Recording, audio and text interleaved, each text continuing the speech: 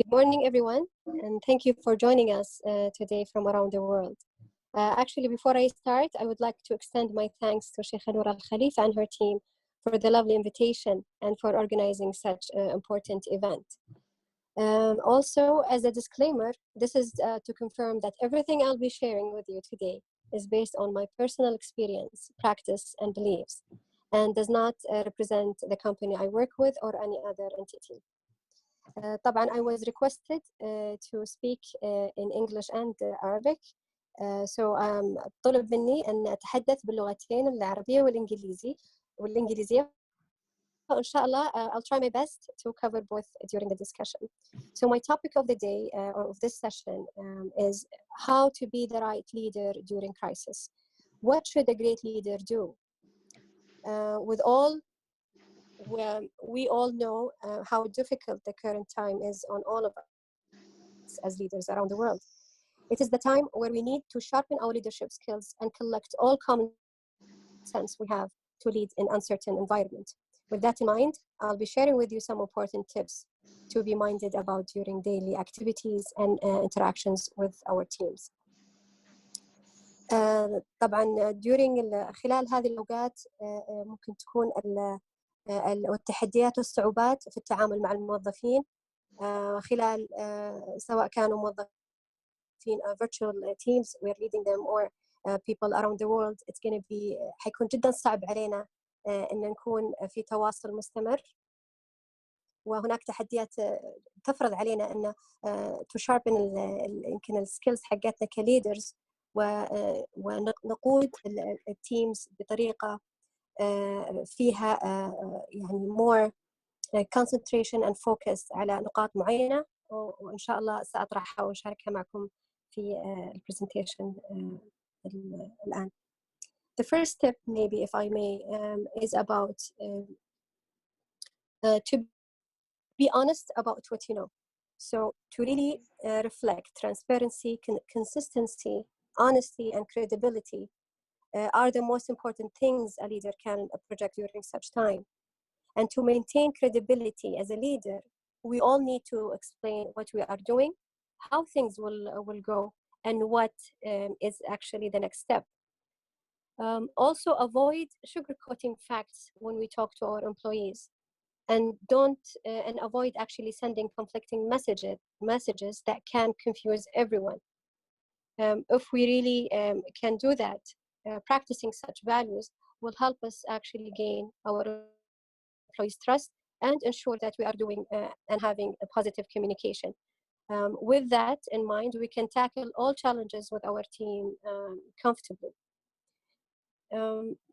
So in general كقائد في الأزمات أو كليدر يعني ستفرض علينا تحديات في التواصل عديدة مع الموظفين، فأهم ما يجب أن يعني نركز عليه هو الحديث بشفافية واتخاذ القرارات ذات الموقف الواحد الثابت، وتكون فيها المصداقية طبعا جدا عالية. لكي تحتفظ بالمصداقية أمام موظفيك تحتاج دائما لتوضيح ماذا تفعل الآن ولماذا وكيف ستسير الأمور أيضا وما هي الخطوات القادمة.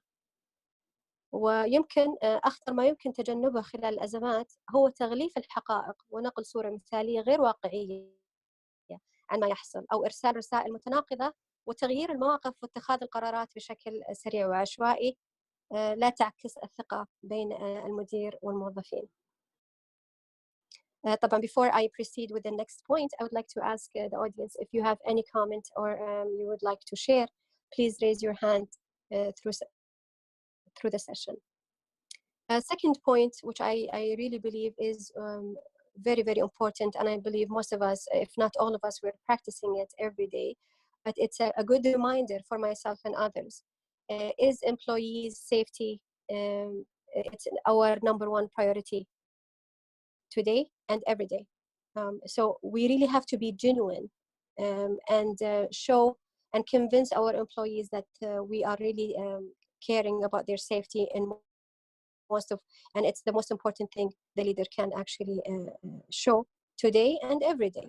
Safety discussion also should be part of our virtual meetings during crisis. And with all the overwhelming information, as Sheikha Noura mentioned, we receive every day and every hour also, it is very important to start or conclude work discussions, meetings with safety tips, or share important information to help everyone focus on safety first and to stay safe during such time. Okay, so بالنسبة لي النقطة المهمة الأخرى التي أود أن أطرحها هو أن التركيز على سلامة الموظف. يجب عليك كقائد وعلى الجميع أيضا أن تقنع موظفيك بكل إخلاص أن سلامتهم هي أهم شيء على قائمة أولوياتك اليومية، بغض النظر عن تراكمات العمل والأكتيفيتيز اللي you're working مع الموظفين خلال اليوم. كما يجب أن يكون موضوع السلامة دائما جزء من أي اجتماع، سواء كان virtual أو through many communication channels خلال هذه الأزمات، لأنه مع كل هذا الكم من المعلومات التي تصل لنا كل ساعة سيكون شيء جدا مهم أن نناقش تعليمات ونصائح وإرشادات خاصة بسلامة الموظفين في العمل وخارجه. With all, okay. That's to cover the second point, which is employee safety, and as a priority number one. As a second, a third tip, that is really, I believe it's really as important as the first two, is to let them see that everything is under control, not just to say everything's under control. So with confidence, yes, you can say everything is under control, but unless as a great leader you practice it and you show your team through your actions, decisions, daily activities that everything is under control, they will not have that full trust of what's happening and what will happen. So a great leader, in my opinion, is the person who practices a very high level of self-confidence and self-control during such time. And it's important that you always convey in your message and reflect it in reality. Leaders who actually panic, on the other hand, and get stressed during crisis, which we see almost every day, right, are the least trusted and followed by their employees. So regardless of what's happening around us, I know how difficult the circumstances and the situation we face every day, yet they rely on us to actually reflect that calm and stressless decisions and confidence. They can sense that it's contagious and they're looking for that positive energy. So as a third point, نقطتي الثالثة هنا أود أن أطرح أن يجب أن يعني نعكس أن جميع الأمور تحت السيطرة، ليس فقط بأخبار مثلا الموظفين أن الأمور تحت السيطرة، ولكن نجعل الموظفين يلمسون مدى سيطرتك على المواقف بقراراتك وأفعالك اليومية، وليس بما تخبرهم به عن رأيك الشخصي بالسيطرة على الظروف. اسمحوا لي قاعدة أتكلم باللغة الفصحى لأن أعرف متابعيني from around the world, so I'm assuming I'm going to speak بالفصحى لتجنب اللغة العامية. وفي رأيي طبعاً أن القائد الجيد يمارس أعلى درجات التحكم والثقة بالنفس في الأوقات الصعبة، وأيضاً من المهم أن توصل رسالتك بثقة، ولكن الأهم أن تجعل تصرفاتك تعكس هذه الثقة على أرض الواقع. القائد الذي يرتبك ويتوتر خلال الأزمات في الغالب لا يثق به الموظفين بشكل كبير ويميلون لعدم اتباعه في القرارات المتخذة. أيضاً to move to our fourth tip, to be a great leader during such circumstances is always to be positive and stay optimistic. Always being positive and staying optimistic can actually encourage positive energy among the team and during the daily activities. So show them the light at the end of the tunnel. Always, if you have a problem, it's good to discuss the problem, but you can discuss it from a positive point of view, an optimistic point of view that can help them see the light at the end of the tunnel and give them hope, and always be calm when addressing daily issues. Again, as I mentioned, they really rely on us to sense that calm and how calm we are and how things are under control and how we're tackling issues and handling decisions.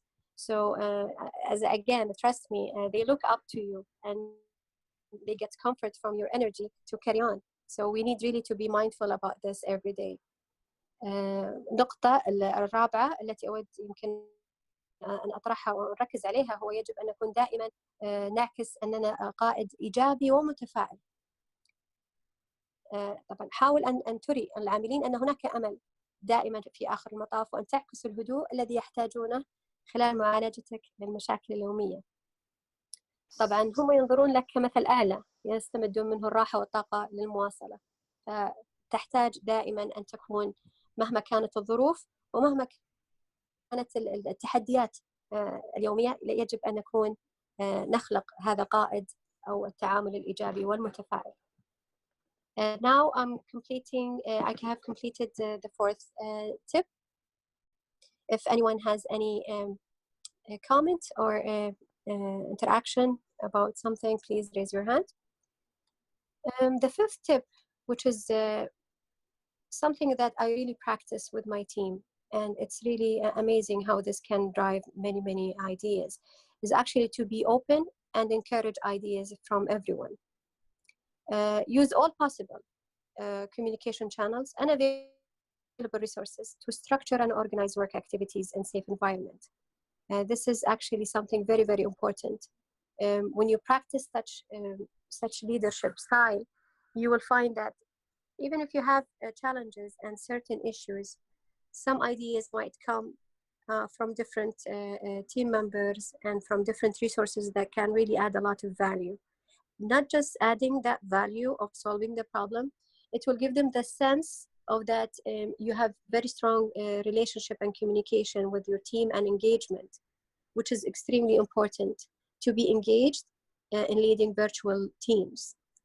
It's not just conveying directions.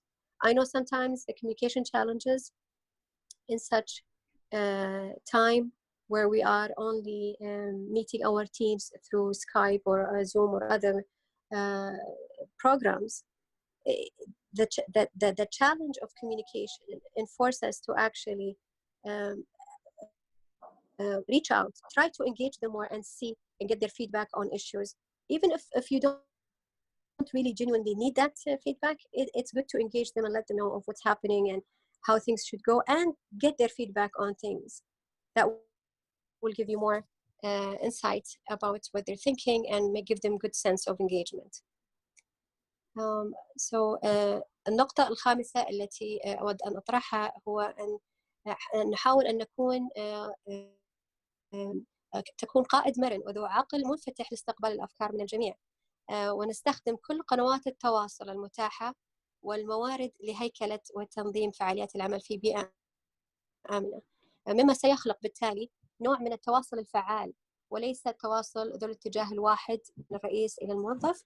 أيضا يخلق تواصل عكسي من الموظف إلى الرئيس للوقوف على مثلا المشاكل والحلول المتاحة بصيغة مريحة للجميع.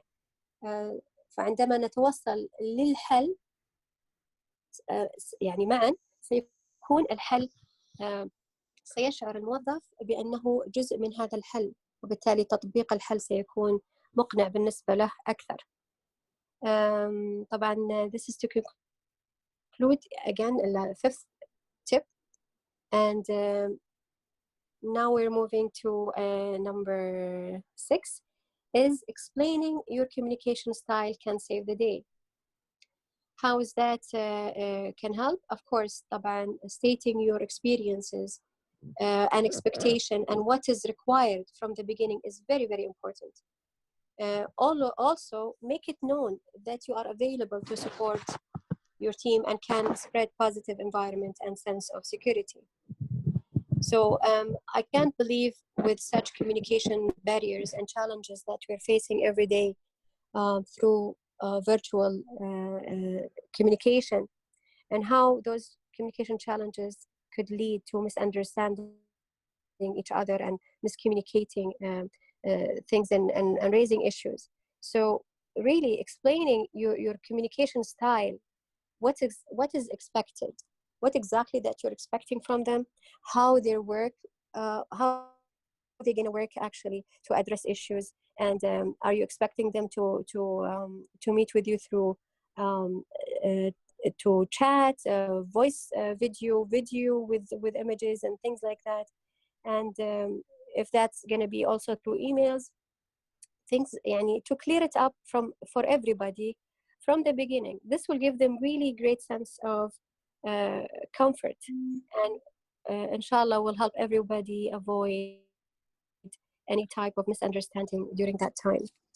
So النقطة السادسة هو التركيز على شرح منهجك كقائد في التواصل، ويمكن أن يساعد كثيرا في إنقاذ العديد من المواقف وتوضيح توقعاتك وما هو المطلوب من البداية، أمر في غاية الأهمية، والتأكيد على أنك متواجد طبعا دائما لدعم الموظف، يخلق نوع من الإيجابية في محيط العمل والإحساس بالأمان. As يعني كexamples, I'm sure you're experiencing this every day, and such type of challenges we're all facing it. And I believe if you have repeated miscommunication issues, you might pause and call for a meeting to explain your communication style as a leader, which will give them more يعني understanding of what's required. And then moving to the third, moving to this, the seventh point about how to be a great leader in such hard time,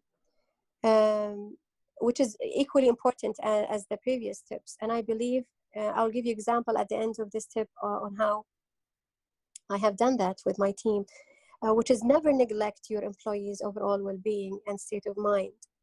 I know that it's a very difficult situation on all of us, and barely we have time to communicate and get things done, making sure activities are being conducted the right way, meeting deadlines. Yet, I don't believe that يعني, we can neglect this side of our employees' status. You know, knowing that we are leading human beings and not machines, we cannot ignore people's يعني stat during difficult time like crisis. You and me as a leader, yes, we look for productivity and getting things done, yet we need to understand the psychological factors impacting their behaviors. They are stressed, yes, and they're scared. Sometimes, and I noticed this, sometimes they will panic, and we need to be minded and considerate about all this every day, with everything, in our daily activities. A big part of effective communication is to actually listen, as all of us know. However, during such circumstances, we need to practice more of listening than talking with our teams. This will help us to learn about employees' issues, challenges, well-being, and state of mind, to be able to provide a genuine support that can help them overcome such challenges. I can share with you some stories that happened with my team, where actually I was we were discussing working from home and working virtually, and before anything was announced, people used to call me or pass by my office and explain how stressed they are and how scared, because they really and their families, and how their families are scared for them being or reporting to work. So trying to calm our employees and understand their psychological and يعني help them really know that all of us, we are in the same position, and it's really normal to be stressed and to be scared. It's really normal. So all what we need to do is to try to control that stress, maybe, and think about positive things and focus on what's under our control, rather than think about the media and news and what's happening as a negative impact of what's happening around us. I think by having that, saying that to our employees and helping them to really understand and be considerate when we ask them to do something. For example, if they're working from home, consider their families, their situations. And I believe one of the employees came to tell me, well, I can't work from home. My kids are really making noise, and I'll not be focusing. So I rather come to office. So they have some other environmental issues that we are not aware of. So we really need to understand, and it's case by case. You cannot generalize decisions or things or enforce things on everyone at the same time. So out of that, also another person came to me and said, I don't have internet connectivity to connect. Again, that's another issue with one of the employees. So I would never understand that they're facing such challenges at home if I not start the discussion and encourage them to talk during our actually weekly meetings. So from there, I would like to encourage all of you to have that honest and open discussion and dialogue with your team. I know we are focusing again on operation side and business side, which is very challenging by itself to all of us and demanding. Yet I believe we cannot really do anything if we cannot have a good relationship with our team and team members, and understand all kinds of circumstances they're going through, and try to help them overcome those issues. This is basically okay. Let me translate this section in Arabic, if I may. النقطة السابعة هنا هو تجنب دائما إهمال الصحة النفسية والسيطرة على التوتر. بما أننا نقود موارد بشرية وليست آلية، لا يمكننا إهمال الحالة العامة للموظف خلال الأوقات الصعبة. طبعا أكيد جميعنا نريد الإنتاجية والإنجاز الأعمال المهمة، ولكن لابد أن نتفهم العوامل السيكولوجية التي تؤثر على تصرفات الموظف وأدائه بشكل عام. من الطبيعي أن يكون هناك وجود توتر وخوف واضطراب في الأحداث وما يدور حولنا جميعا، وبالتالي الموظف سيعكس هذه الاضطرابات وهذا الخوف في العمل. لذلك لابد من وضع هذه الأمور في الحسبان بشكل يومي ومناقشتها مع الموظف إذا احتاج إلى دعم بشكل to overcome issues. طبعا جزء كبير من التواصل الفعال هو الإنصات، وخصوصا في وقت الأزمات يصبح الإنصات ضرورة أكثر من الكلام، بالذات مع الموظفين. هذا النوع من التواصل يجعلنا نفهم كل ما يمر به الموظف من مشاكل وتحديات وضغوطات نفسية، لكي نوفر له الدعم الصادق الذي يساعده تخطي الصعوبات اليومية. ف this is in general the tips that I would like to share with you today, and I hope you will be minded about those tips, which I'm practicing almost every day with my team, and I see them as very useful tips. And I sense that they are very committed. To be honest, I noticed one thing that I told them that day. I noticed some team members, they are more committed virtually and working from home than when they were actually reporting to work. With that, I conclude my presentation, and I would like to welcome any participation or questions.